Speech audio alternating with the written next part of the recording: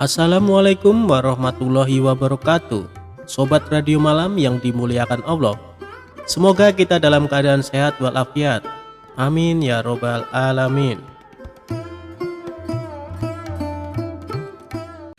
Imam Syafi'i enggan menyolati jenazah Abu Nawas.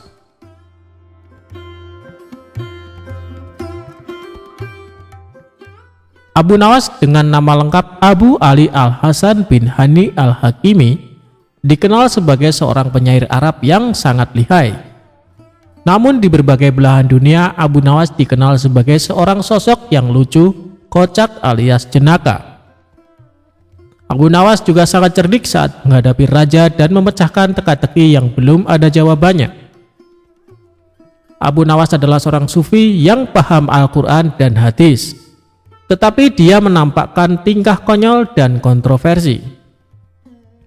Dia hidup di masa Raja Harun Ar-Rasyid dari dinasti Abbasiyah, sekaligus hidup di masa Imam Syafi'i. Masa muda Abu Nawas dikenal sebagai pemabuk yang gemar minum khamar, bahkan dijuluki penyair khamar. Imam Syafi'i kurang suka dengan sikap Abu Nawas karena dianggap tidak mencerminkan seorang muslim.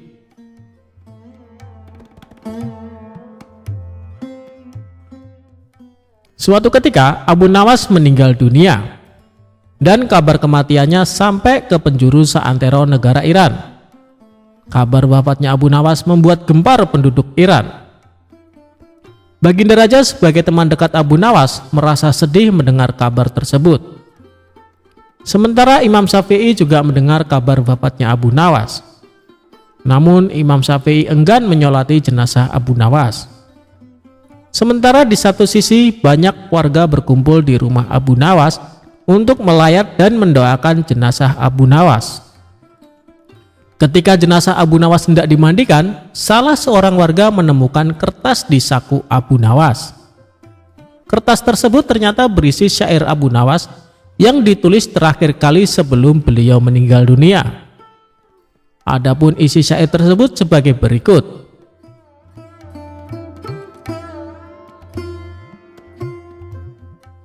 Wahai Tuhanku, dosaku terlalu besar dan banyak, tapi aku tahu bahwa ampunanmu lebih besar. Jika hanya orang baik yang boleh berharap kepadamu, kepada siapa pelaku maksiat akan berlindung dan memohon ampunan? Aku berdoa kepadamu seperti yang engkau perintahkan, dengan segala kerendahan dan kehinaanku. Jika kau tampik tanganku, lantas siapa yang memiliki kasih sayang? Hanya harapan yang ada padaku ketika aku berhubungan denganmu dan keindahan ampunanmu, dan aku pasrah setelah ini.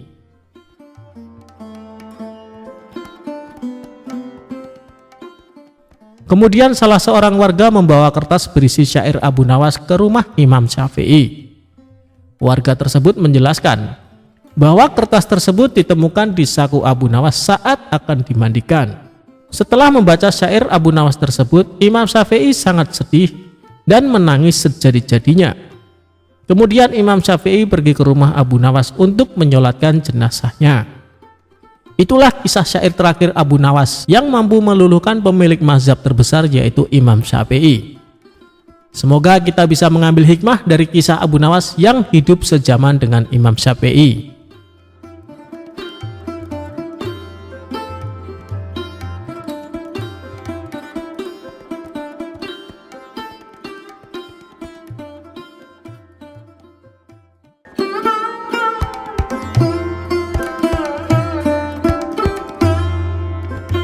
Assalamualaikum warahmatullahi wabarakatuh.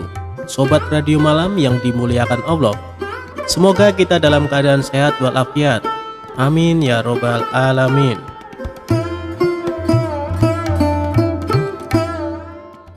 Meski bukan perenang yang baik, Abu Nawas sukses menyeberangi lautan. Suatu hari Baginda Raja memanggil si pria pintar ke istana.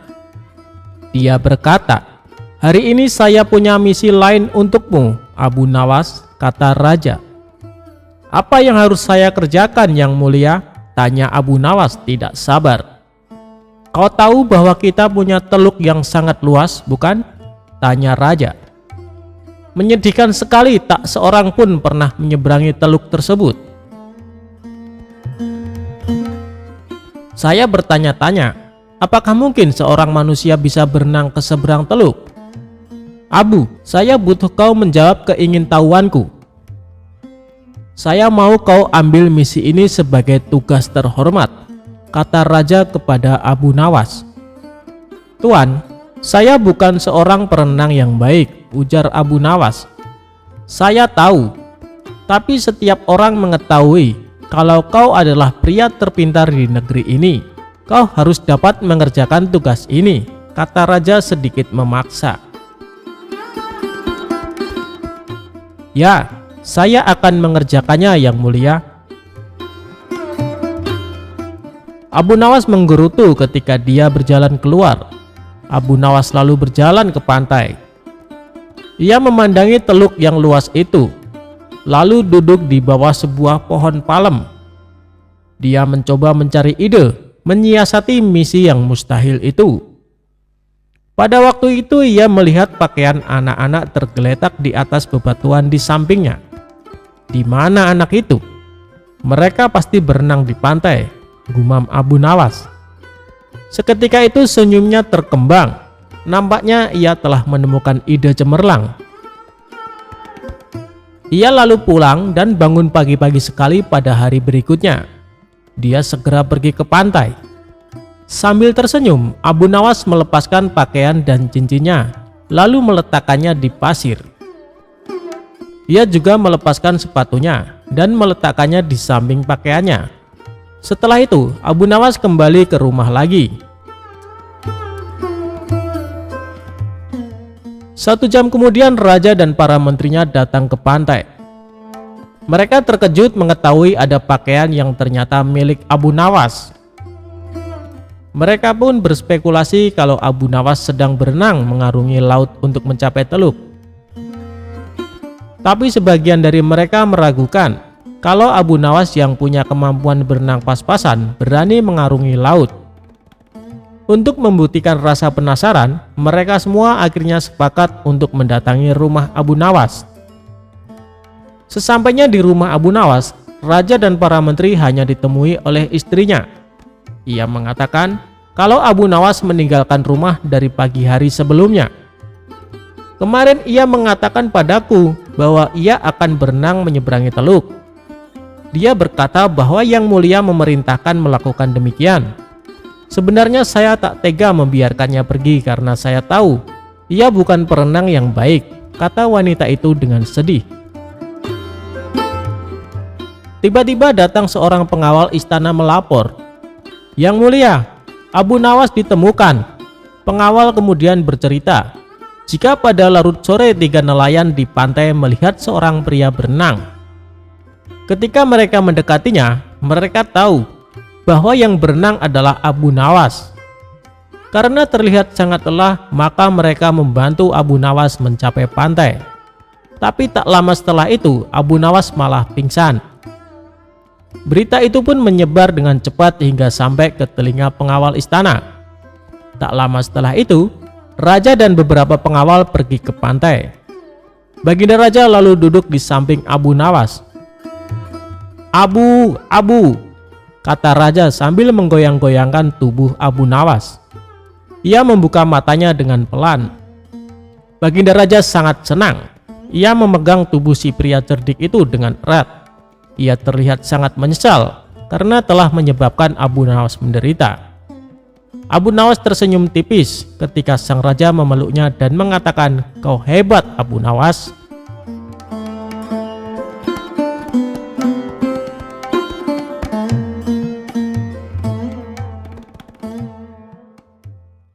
Abu Nawas minta bantuan malaikat langit untuk lempar batu ke pencuri.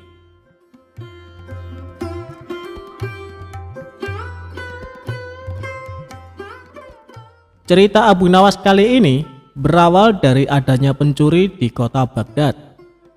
Si pencuri itu sebenarnya sering tertangkap oleh warga, namun tidak pernah jera dengan perbuatannya.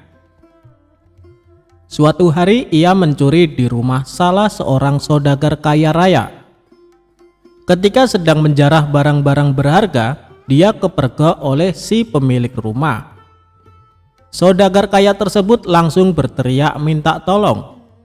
"Ada pencuri! Ada pencuri!" teriak saudagar kaya tersebut. Mendengar ada teriakan, para warga langsung berlari menuju rumah saudagar kaya itu. Mereka lalu mengepung si pencuri agar tidak bisa melarikan diri. Tapi anehnya si pencuri tampak terlihat tenang. Dia sama sekali tidak ada niat kabur. Justru ia menghampiri warga yang mengepungnya. Tentu saja warga langsung membekuknya. Bahkan ada beberapa orang yang hendak memukuli, dan ada juga yang ingin melemparinya dengan batu. Di saat itulah datang menteri istana untuk mengamankan si pencuri. "Kalian tidak boleh main hakim sendiri. Jangan sampai ada yang memukul si pencuri, apalagi melempari dia dengan batu," teriak Tuan Menteri kepada para warga. "Tapi dia sudah sering kali mencuri, Tuan Menteri. Kami sangat geram dengan ulahnya. Biarkan kami memukulinya supaya jera," sahut salah seorang warga. "Kita lempari batu saja ke kepalanya, biar tidak meresahkan warga," timpal warga yang lain. Melihat emosi warga yang mulai tidak terbendung, Tuan Menteri lalu berkata, "Kalau ada yang berani menyakiti si pencuri ini, aku tidak segan-segan menghukum kalian. Kalian boleh memukul atau melempar batu ke pencuri ini, tapi ada syaratnya." "Apa itu syaratnya? Kami sudah tidak sabar ingin menghukumnya," tanya para warga penasaran. "Syaratnya adalah siapa yang tidak pernah memiliki kesalahan boleh memukul atau melempari batu ke pencuri ini," jelas Tuan Menteri menjelaskan dengan persyaratan tersebut. Para warga hanya terdiam, sebab mana mungkin ada manusia yang tidak punya salah. Bahkan anak kecil pun pernah melakukan kesalahan. Akhirnya para warga membubarkan diri, sementara si pencuri dibawa oleh Tuan Menteri dengan dalih akan diproses di pengadilan. Tapi kenyataannya di tengah jalan si pencuri malah dibebaskan dan disuruh pulang. Usut punya usut, ternyata si pencuri adalah sahabat karib Tuan Menteri. Beberapa hari kemudian, si pencuri kembali beraksi, dan setiap kali tertangkap warga, Tuan Menteri selalu datang menolong. Begitulah seterusnya hingga suatu ketika si pencuri menyatroni rumah Abu Nawas.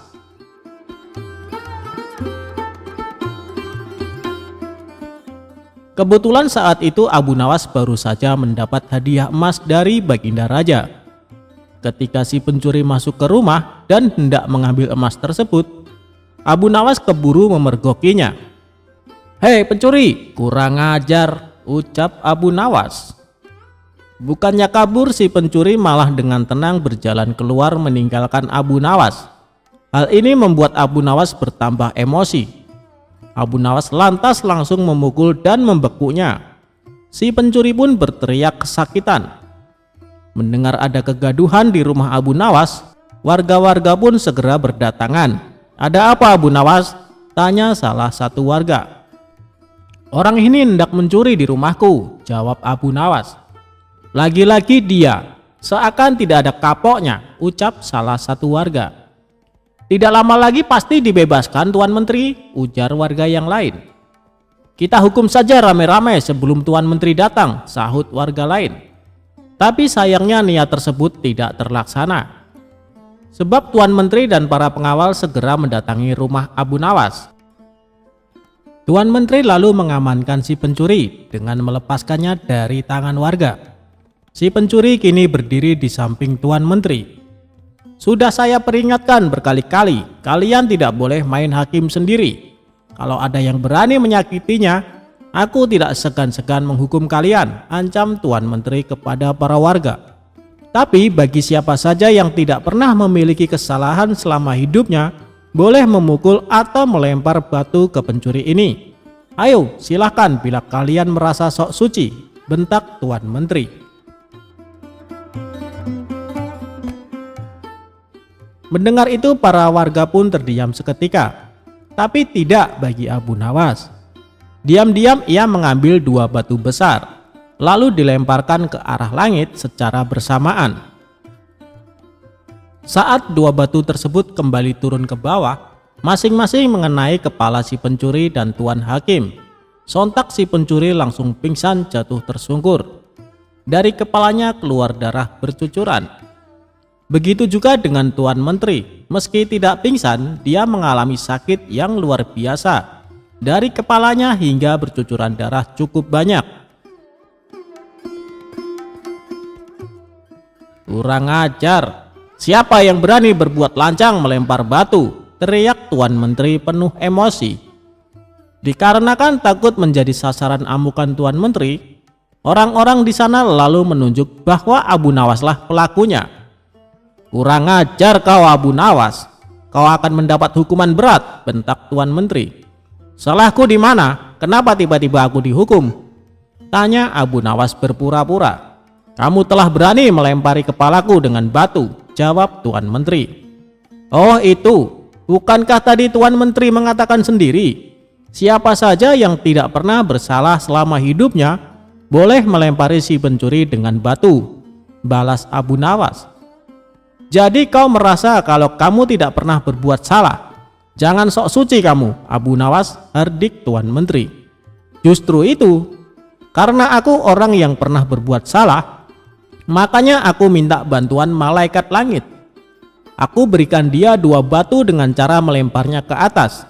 Ketika malaikat langit mengembalikan batu itu ke bawah, ternyata yang kena bukannya pencuri, tapi Tuan Menteri juga ikut kena.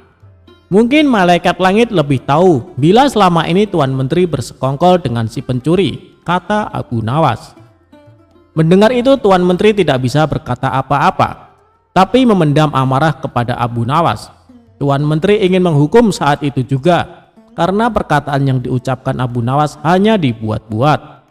Belum sempat Tuan Menteri perintahkan pengawal untuk menangkap, tiba-tiba Abu Nawas berkata lagi, kalau besok-besok dia sampai kedapatan mencuri lagi dan Tuan Menteri menolong dengan alasan akan mengamankannya, maka batu ini bukan hanya akan aku berikan kepada malaikat langit, tapi akan aku berikan juga kepada Baginda Raja, ancam Abu Nawas. Mendengar perkataan tersebut, nyali Tuan Menteri mendadak ciut. Tuan Menteri yang tadinya bersikap garang mendadak berubah menjadi santun. Sebab tahu betul betapa dekatnya Abu Nawas dengan Baginda Raja. Maafkan aku Tuan Abu Nawas, aku pastikan kali ini si pencuri akan mendapat hukuman, kata Tuan Menteri. Sejak saat itulah akhirnya si pencuri menjadi jera dan tidak mengulangi perbuatannya, karena Tuan Menteri sudah tidak berani melindunginya.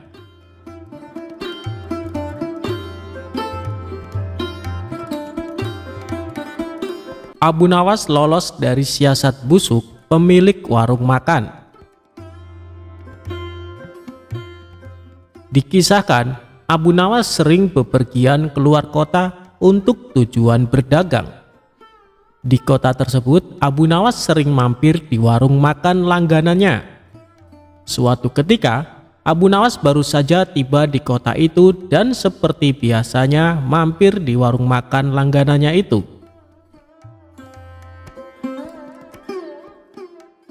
Aku pesan 1 ayam dan 2 butir telur, tapi bayarnya kalau dagangannya sudah terjual habis. Boleh tidak? Tanya Abu Nawas. Silahkan Abu Nawas, kamu kan langganan di warung ini. Tentu saja boleh, jawab pemilik warung. Ketika selesai makan, ia pun pergi untuk menjual dagangannya. Setelah 3 bulan berlalu, dagangan Abu Nawas pun habis. Kemudian Abu Nawas pergi mendatangi kembali warung makan langganannya.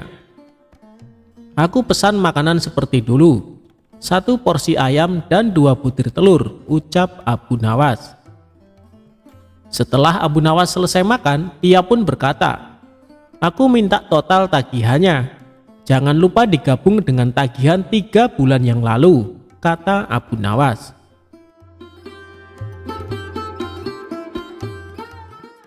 Si pemilik warung menghitung tagihannya dan memberikan secari kertas. Ini total tagihannya cukup 200 dirham saja, kata si pemilik warung. Apa? 200 dirham? Hanya untuk 2 porsi ayam dan 4 butir telur, kamu mau memerasku? Tanya Abu Nawas emosi. Harga ini sudah cukup murah. Coba kau pikir, ayam yang kau makan sejak 3 bulan lalu, jika setiap harinya dia bertelur, maka akan menghasilkan ayam-ayam yang banyak. Dan jika dijual akan menghasilkan ribuan dirham. Tapi aku hanya menyuruhmu membayar 200 dirham saja, kata si pemilik warung. Ini tidak adil, hanya akal-akalanmu saja, kata Abu Nawas. Mereka berdebat tanpa hasil dan memutuskan untuk menghadap Tuan Hakim.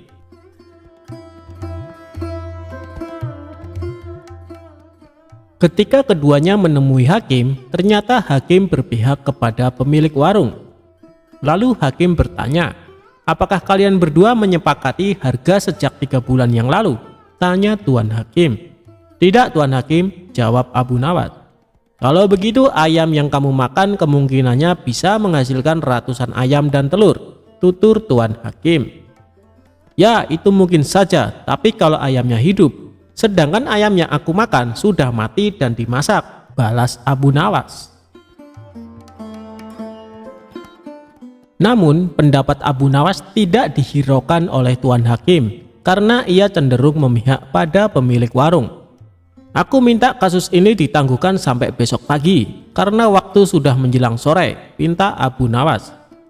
Permintaan Abu Nawas pun dikabulkan Tuan Hakim. Seharian Abu Nawas memikirkan cara agar bisa memenangkan kasusnya. Pada esok harinya, berangkatlah Abu Nawas menuju tuan rumah Hakim. Setibanya di sana, ternyata si pemilik warung sudah datang lebih awal. Kenapa kau terlambat dan membuat mereka menunggu? Tanya Tuan Hakim. Maaf Tuan Hakim, tadi ada tamu bisnis. Ia minta biji gandum untuk ditanam. Terpaksa aku harus merebusnya dahulu. Dan setelah matang aku berikan kepadanya untuk ditanam. Itulah yang membuatku datang terlambat, kata Abu Nawas. Mendengar itu, Tuan Hakim dan pemilik warung menertawakan Abu Nawas. Lalu dengan nada mengejek, si pemilik warung berkata kepada Abu Nawas, luar biasa, aku baru dengar ada biji gandum yang sudah direbus, ditanam, dan kemudian bisa tumbuh. Tuan Hakim dan pengacara tertawa terpingkal-pingkal. Setelah tawa mereka mereda, Abu Nawas berkata, itu memang aneh. Tapi kenapa kalian tidak tertawa ketika ada ayam yang sudah dimasak dapat bertelur dan berkembang biak, lalu dipatok harga sebesar 200 dirham, kata Abu Nawas. Spontan Tuan Hakim dan pemilik warung terdiam, tak sepatah kata pun keluar dari mulut mereka. Kenapa kalian terdiam? Apa harus aku yang tertawa? Tanya Abu Nawas. Wajah mereka berdua langsung pucat dan setelah terdiam agak lama, Abu Nawas pun keluar. Dan akhirnya Abu Nawas dapat lolos dari siasat licik si pemilik warung.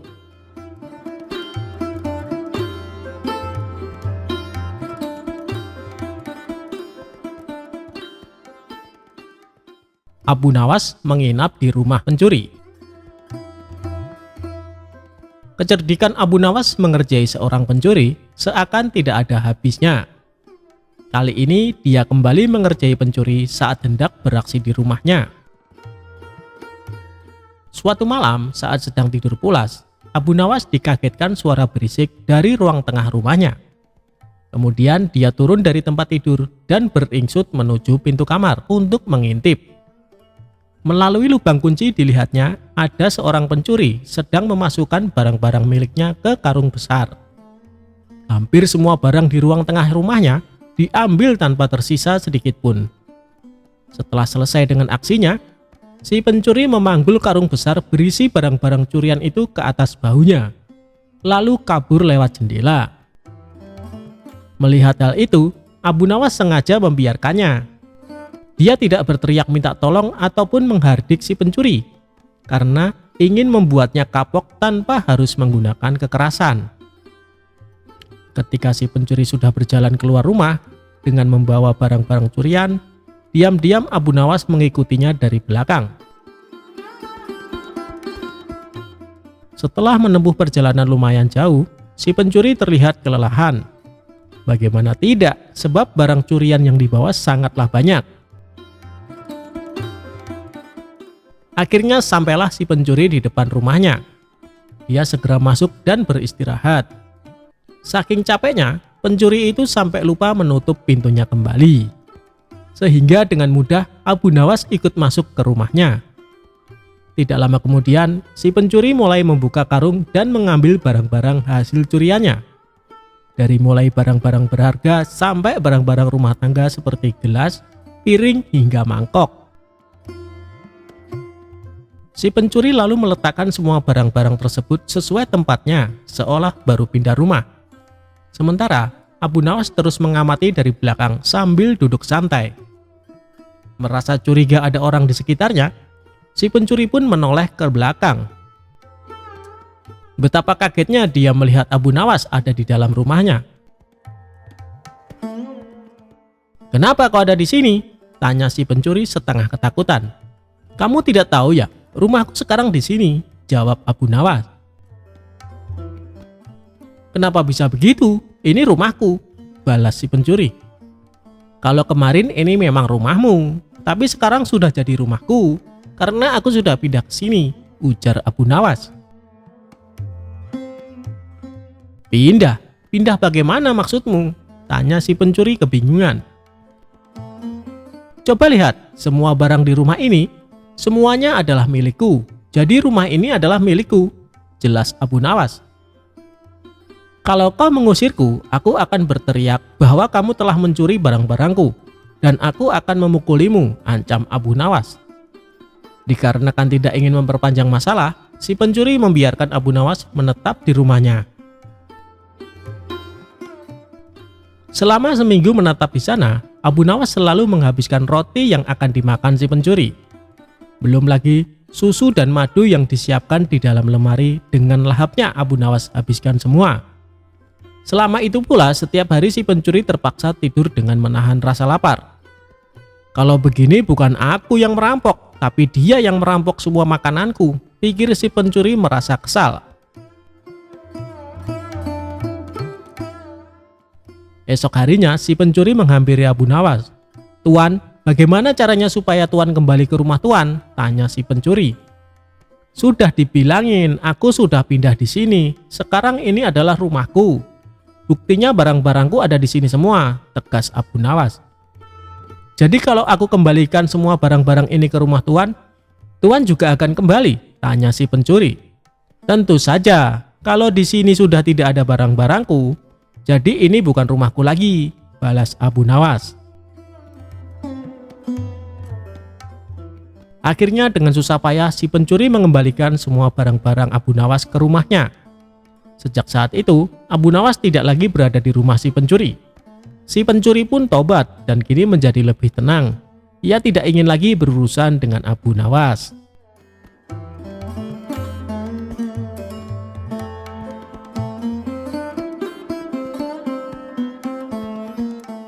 Abu Nawas bunuh diri dengan racun, bukannya mati tapi malah kenyang.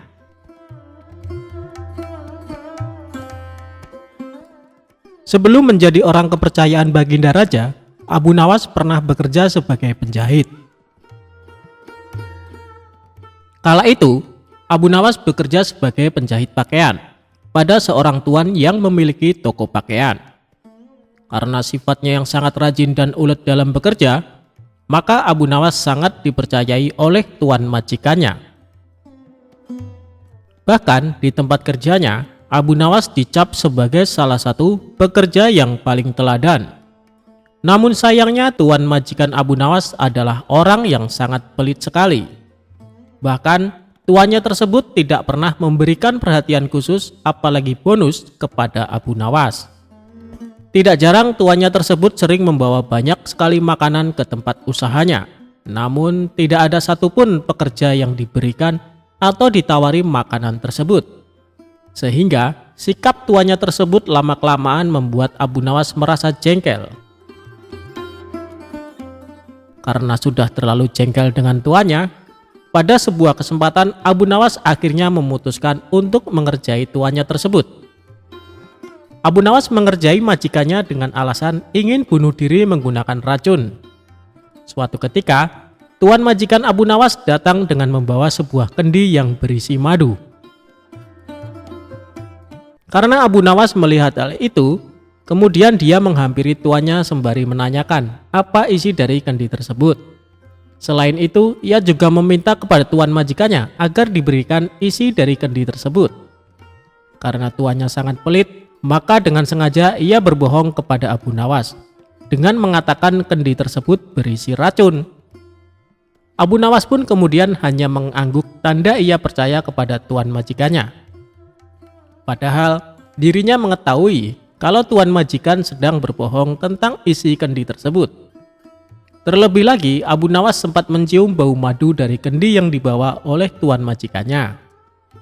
Tidak lama kemudian, tuan majikan Abu Nawas harus pergi karena ada keperluan.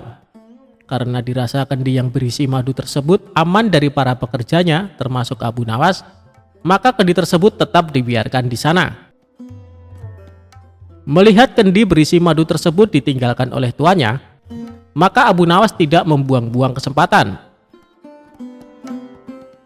Dia pun berusaha menjual sepotong pakaian dan membeli sebuah roti untuk dimakan dengan madu milik tuannya.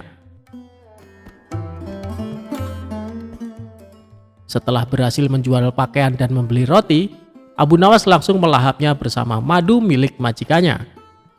Dia pun memakan roti dan madu majikannya dengan sangat lahap. Tanpa sadar, madu tersebut akhirnya habis tidak tersisa. Dalam kondisi yang kekenyangan, Abu Nawas kemudian meletakkan kendi itu ke tempat semula, lalu melanjutkan pekerjaannya. Tidak lama berselang, majikannya pun kembali dan membawa sebungkus roti yang akan dimakan bersama madunya. Kemudian, majikan Abu Nawas tersebut langsung menghampiri kendi miliknya untuk mengambil madu yang ada di dalamnya.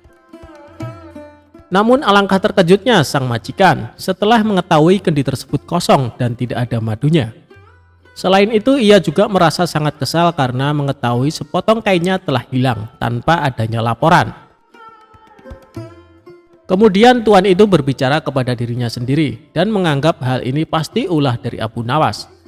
Selanjutnya, tuan majikan tersebut langsung menghampiri Abu Nawas yang sedang sibuk menjahit pakaian sembari berkata seperti ini. Abu Nawas, apa yang sebenarnya terjadi? Mengapa isi kendi ini kosong? Dan sepotong pakaian telah hilang? Tanya tuannya kepada Abu Nawas. Maaf tuan, tadi sewaktu tuan pergi ada sekelompok pencuri datang mengambil sepotong pakaian, jawab Abu Nawas. Lantas apa yang kamu lakukan kepada pencuri itu? Tanya tuannya lagi. Aku ketakutan dan tidak bisa berbuat apa-apa, kata Abu Nawas sambil pura-pura ketakutan. Lalu, mengapa isi kendiku hilang? Apakah diminum juga oleh pencuri itu? Tanya tuan majikan kembali. Abu Nawas pun mengatakan bukan pencuri itu yang meminum isi kendi tuan majikannya. Karena yang meminum isi kendi tersebut adalah dirinya, sebab ia berniat bunuh diri dengan racun yang ada di dalam kendi tersebut. Karena takut akan dimarahi oleh tuan, maka aku putuskan untuk memilih bunuh diri saja menggunakan racun yang ada di dalam kendi tersebut. Hamba pikir hamba akan mati, tapi ajal hamba belum sampai tuan, kata Abu Nawas kepada majikannya. Mendengar perkataan jujur dan keahlian akal pikir Abu Nawas, tuannya tersebut tidak jadi marah. Selain itu, majikannya tersebut akhirnya sadar apa yang sudah terjadi, karena ulah dirinya yang sangat pelit kepada pekerjanya.